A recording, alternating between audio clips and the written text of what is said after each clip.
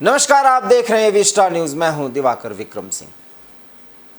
भारत के लिए एक बड़ी क्षति हुई है, वैसे पूरी दुनिया सकते में है, सहमी हुई है और दुख भी है, क्योंकि जापान के पूर्व प्रधानमंत्री शिंजो आबे अब नहीं रहे और उनकी हत्या बहुत नज़दीक से गोली मार करके जापान के ही एक पूर्व सैन्य कर्मी ने कर दी है। और गोली मारे जाने के तत्काल बाद जिस हालात और स्थिति में पहुंचे, ये तो तय था कि अब उनकी जान को बचाना मुश्किल है, लेकिन आधिकारिक तौर पर गोली लगने के 3 घंटे बाद स्पष्ट तौर पर पूरे देश में ये घोषणा कर दी गई कि शिंजो आबे अब नहीं रहे। इस खबर के फैलते ही कहीं कुछ संगठनों के तरफ से जश्न भी मनाया गया, लेकिन कई देश पूरी तरीके से शोक में डूब गए। और भारत, चूंकि शिंजो आबे के नेतृत्व में भारत और जापान के जो संदर्भ और संबंध रहे वो पूरी दुनिया के लिए एक नज़ीर बने, इसलिए भारत में शोक मनाया गया और मनाया जा रहा है। और एक दिन के राजकीय शोक की घोषणा प्रधानमंत्री ने खुद कर दी, ये कहते हुए कि मैंने अपना दोस्त खो दिया है। जापान के पूर्व प्रधानमंत्री का अब न रहना एक बड़ा वैक्यूम है। अंतर्राष्ट्रीय स्तर पर भी इसके कई मायने हैं। और क्या कुछ हुआ और जापान के वो क्या हालात थे जिससे नाराज होकर के, क्योंकि शिंजो आबे की नीतियों से नाराज होकर के हत्यारे ने हत्या को अंजाम दिया, ये खबर पूरी तरीके से सार्वजनिक कर दी गई है। लेकिन उसके पीछे के क्या कारण हैं, हम उस पर कयास भी लगा रहे हैं और कुछ विशेषज्ञों से भी जानने की कोशिश कर रहे हैं कि वो क्या कारण हो सकते हैं। जाने माने अंतर्राष्ट्रीय मामलों के जानकार गुलरेज शेख हमारे साथ जुड़े हुए हैं और वो इन संबंधों के तहत और क्या आगे हो सकता है और क्या कुछ ऐसे षड्यंत्र के तार हैं जिसको लेकर के इस हत्या को अंजाम दिया गया, इस पर बात करेंगे। गुलरेज जी, आपका स्वागत है विस्टार न्यूज़ में। शिंजो आबे की हत्या के बाद जो हालात जापान में पैदा हुए हैं वो बहुत ही दुखद हैं, लेकिन क्या कारण है कि उनकी नीतियों को लेकर के उस सैन्य कर्मी में नाराजगी बताई जा रही है, जो जापान का एक सैन्य कर्मी भी रहा। उसके बाद उसने नीतियों का इस तरीके से मूल्यांकन किया और उसके बाद उसके अंदर आक्रोश आया और एक पूर्व प्रधानमंत्री की उसने हत्या कर दी। क्या मायने हैं ये, क्या मतलब निकाला जाए? सर, प्रथम तो शिंजो आबे कि वो भारत के एक अच्छे दोस्त माने गए हैं और एक लॉन्ग स्टैंडिंग संबंध रहा है भारत का, विशेषकर मोदी जी का बहुत करीबी संबंध रहा उनसे और भारत के संग उन्होंने काफी काम किया, तो मेरी ओर से उनको श्रद्धांजलि। और जहां तक आपका प्रश्न है कि क्या कारण रहे, देखिए उसकी जांच चल रही है अभी, और जब तक वहां की जापान की सरकार कुछ नहीं कहती, कहना अतिशयोक्ति होगा। लेकिन ये बात जरूर है कि वो bigger than life political figure थे जापान की पॉलिटिक्स में। और ये जो बात बार बार आ रही है कि post second world war Japan के इतिहास के सबसे लॉन्गेस्ट सर्विंग प्रेसिडेंट रहे, लेकिन वो मैं ये कहता हूँ कि अभी भी डी फैक्टो प्रेसिडेंट थे, हालांकि वो कुर्सी पे नहीं थे, क्योंकि चाहे फुमियो किशिदा हो या उनके पहले के जो प्रधानमंत्री हो, ये सब अंडर हिज शैडो थे, जिसके कंधे पर वो लिबरल डेमोक्रेटिक पार्टी में हाथ रख रहे थे, वो ही वहां पर सत्तारूढ़ हो रहा था। और कहीं ना कहीं जनमानस में भी उनके प्रति एक रुझान था। तो इस हत्या को भी कि अभी हम सब कयासबाजियां ही कर रहे हैं।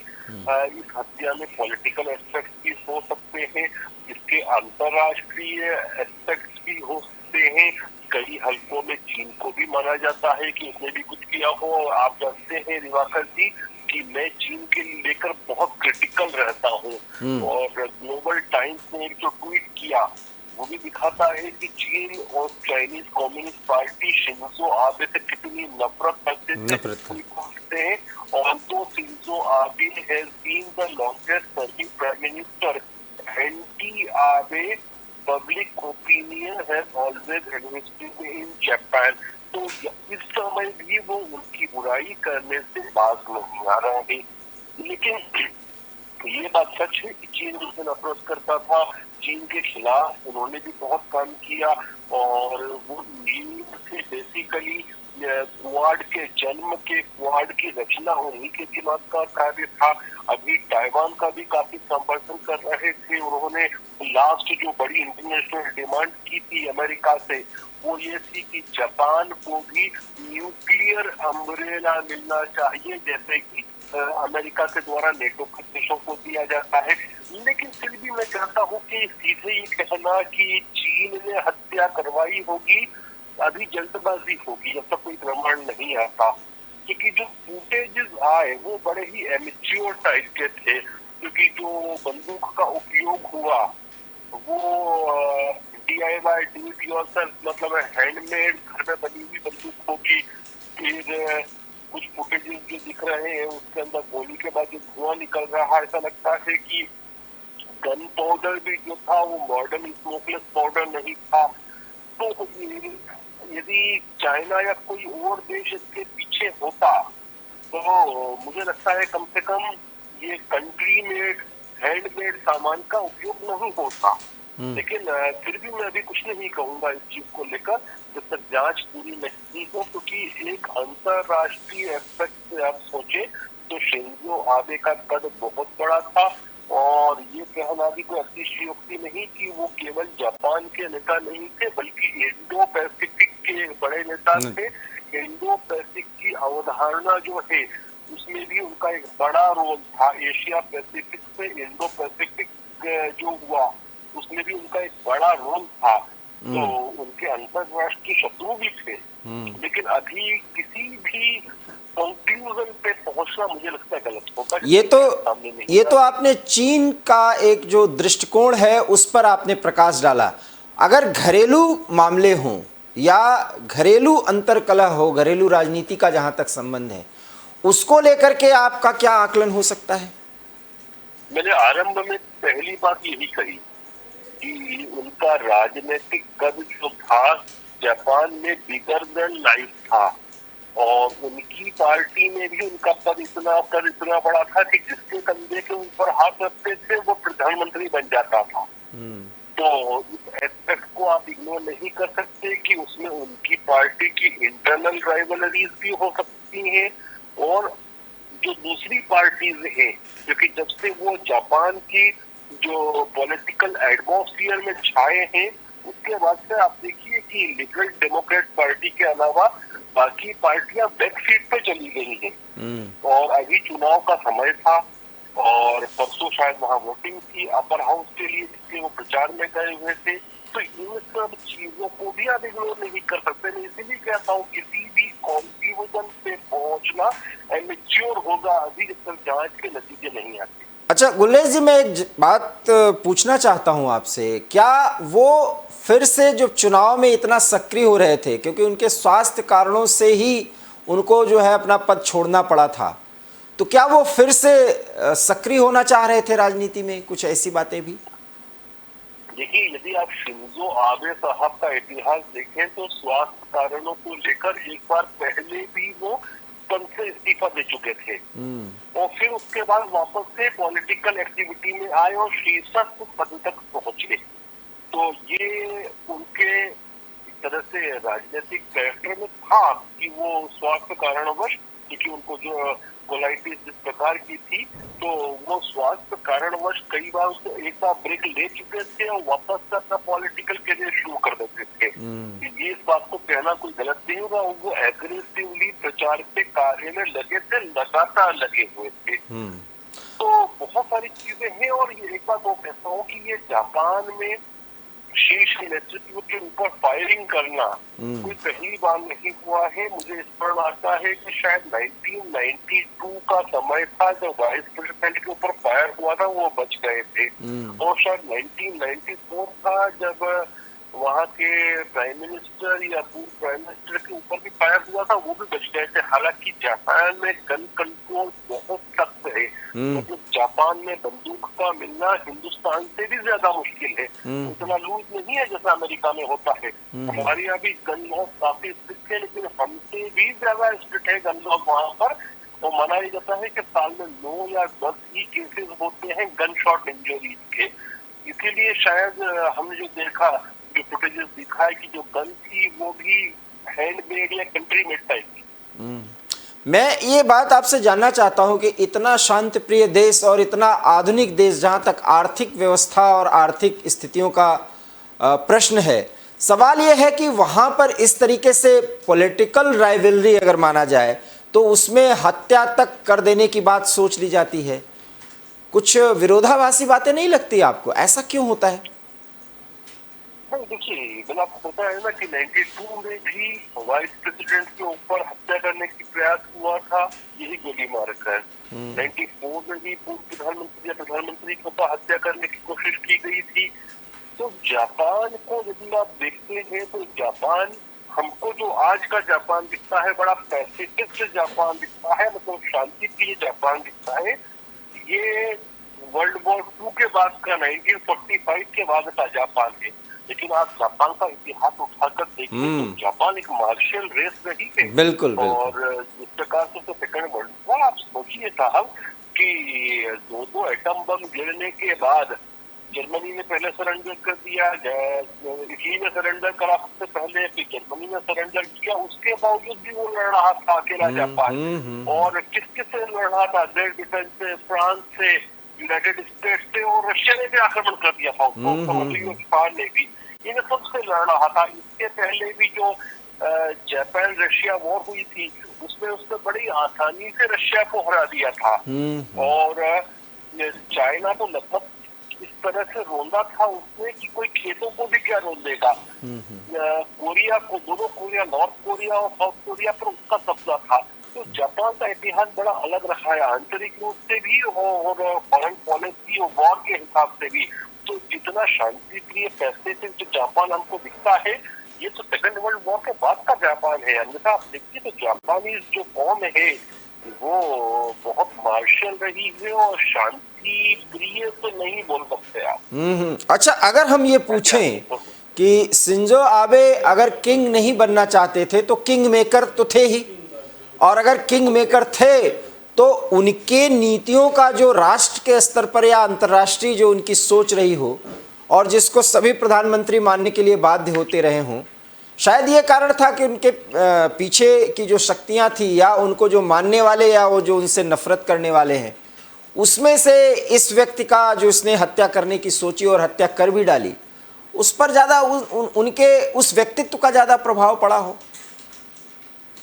देखिए, जहाँ तक अंतर्राष्ट्रीय स्तर पर बात करें तो उनके दो ही सबसे प्रमुख दुश्मन देश थे, एक था चाइना, दूसरा था नॉर्थ कोरिया।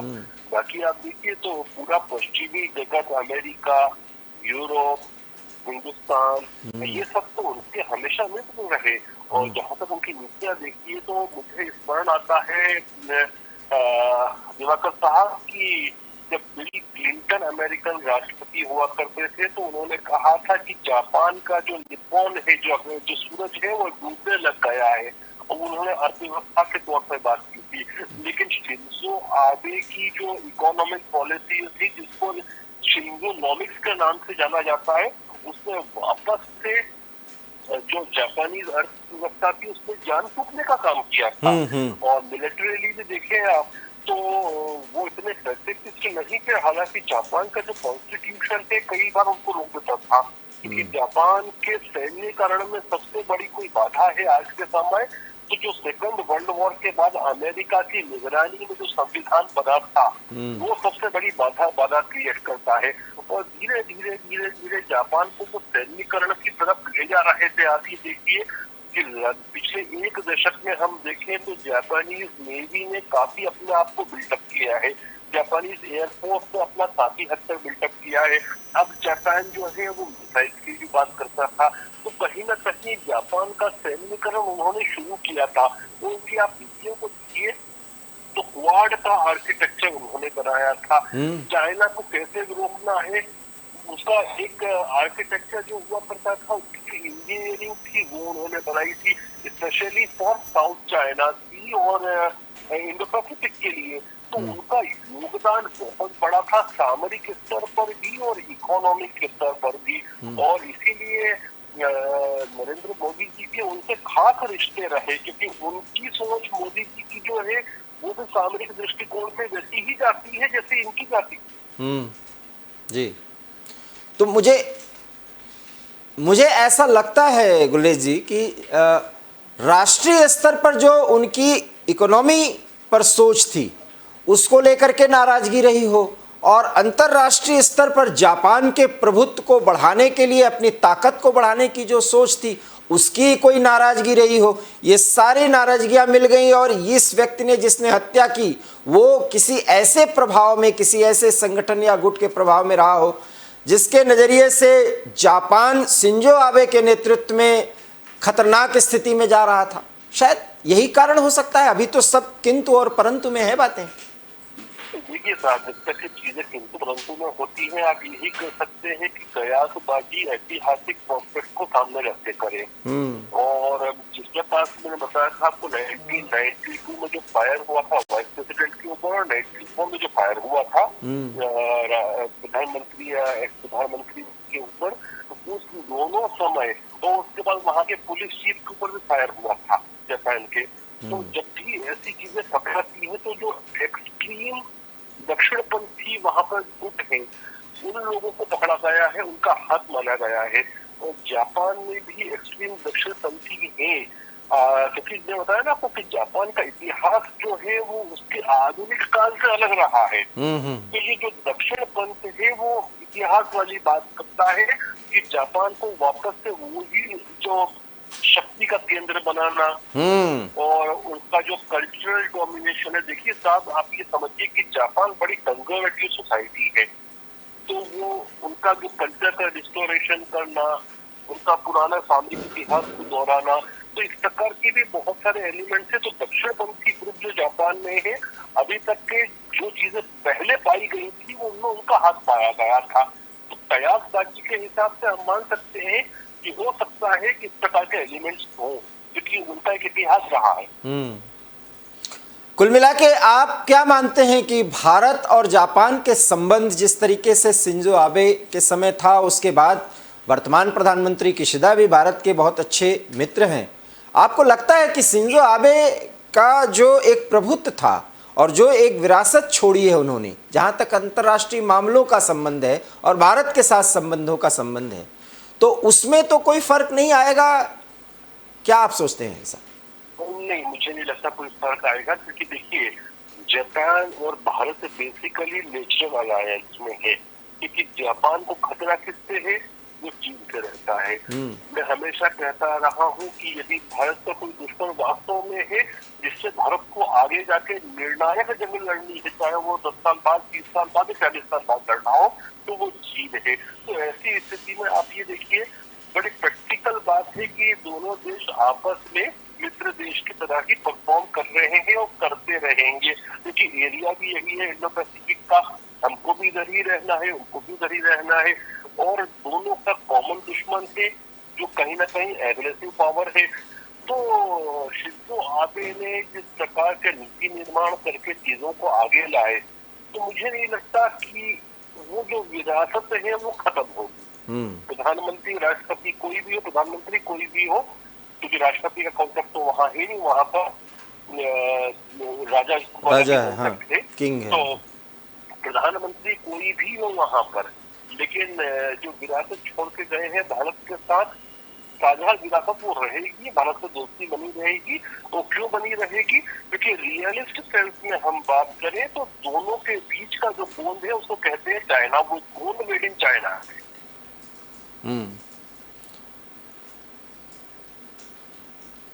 जी जी जी हाँ। तो बहुत महत्वपूर्ण बातें गुलेश जी आपने बताई। चलते चलते एक आखिरी सवाल हम आपसे जरूर करना चाहेंगे कि प्रधानमंत्री ने एक दिन के राजकीय शोक की घोषणा कर दी है।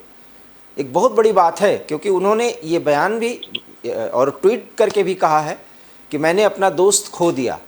इसका एक जो राजनयिक दृष्टिकोण से अगर इसका मूल्यांकन किया जाए तो जापान को हमने भावुक कर दिया, और उनके इस दुख की घड़ी में हम उनके साथ हैं। शायद जापानी भी ये सोच रहे होंगे, नेतृत्व तो सोच ही रहा होगा। बिल्कुल सोच रहे हैं, क्योंकि मैं NHK जापान देख रहा था जो उनका नेशनल टेलीविजन पे, तो वहाँ पर भी प्रधानमंत्री के ट्वीट को दिखाया जा रहा था जी।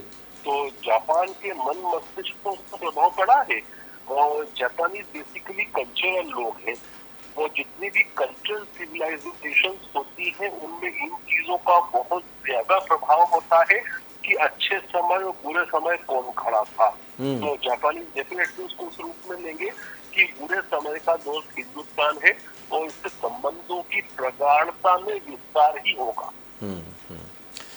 बहुत बहुत धन्यवाद आपका। हालांकि एक दुखद खबर पर हम लोग चर्चा किए, क्योंकि शिंजो आबे जो भारत के दोस्त थे और प्रधानमंत्री नरेंद्र मोदी के व्यक्तिगत तौर पर उनके रिश्ते बहुत ही सहज और दोस्ती भरे थे, और शायद प्रधानमंत्री ने इसीलिए ट्वीट किया कि मैंने अपना दोस्त खो दिया है, और एक दिन के राजकीय शोक की घोषणा की गई है। और इससे भारत और जापान के संबंध जो इतने मजबूत हैं, और रणनीतिक दृष्टिकोण से भी जो क्वाड जैसे संगठनों में भी दोनों की भूमिका बहुत महत्वपूर्ण है, और आने वाले समय में इंफ्रास्ट्रक्चर के विकास से लेकर के भारत के साथ जो भी सहयोग है जापान और उसको आगे बढ़ाएगा, वर्तमान प्रधानमंत्री या जो भी आगे कोई भी वहाँ का प्रमुख होगा, क्योंकि अब जापान ये समझ चुका है कि एशिया में चीन की ताकत को अगर रोकना है तो भारत के सहयोग के साथ ऐसा होगा, और जापान चीन की ताकत को रोकने के लिए ही पूरी तैयारी कर रहा था, और उसमें शिंजो आबे का एक बड़ा योगदान था। जिस तरीके से उन्होंने एक राष्ट्रीय स्तर पर अपनी सेना को मजबूत करने का ऐलान किया था और उसके पुनर्संरचना की पूरी कोशिश की थी, उसमें वो सफल भी हुए थे, और वर्तमान प्रधानमंत्री भी उन्हीं की राहों पर चल रहे थे। अब वो चुनाव प्रचार में निकले थे, ऐसा माना जाता है कि वो किंग मेकर की भूमिका में थे, जिसको चाहते वही प्रधानमंत्री बनता। ऐसे में उनकी नीतियों को लेकर के वहाँ के एक रिटायर्ड सैन्यकर्मी ने बहुत नज़दीक से गोली मार करके शिंजो आबे की जान तो ले ली, लेकिन उनकी यादें वहाँ की राजनीति में सक्रिय लोगों में बनी रहेंगी, क्योंकि शिंजो आबे ने जापान की ताकत को आर्थिक और सैन्य रूप से बहुत ज़्यादा मजबूत किया था, और पूरी दुनिया में जापान को एक नई पहचान देने की कोशिश की थी। इसलिए उनकी जो पहचान थी न सिर्फ जापान में बल्कि पूरी दुनिया में, इसलिए पूरी दुनिया इस समय सकते में है, सब में शोक की लहर है, और भारत के प्रधानमंत्री सहित पूरा देश इस समय जापान में आए इस दुख के घड़ी में जापानियों के साथ है। एवी स्टार न्यूज़ में इतना ही। देश और दुनिया की तमाम बड़ी खबरों के लिए आप देखते रहिए एवी स्टार न्यूज़, क्योंकि यहाँ खबरों का सिलसिला कभी नहीं थमता। फिलहाल मुझे दीजिए इजाज़त। नमस्कार।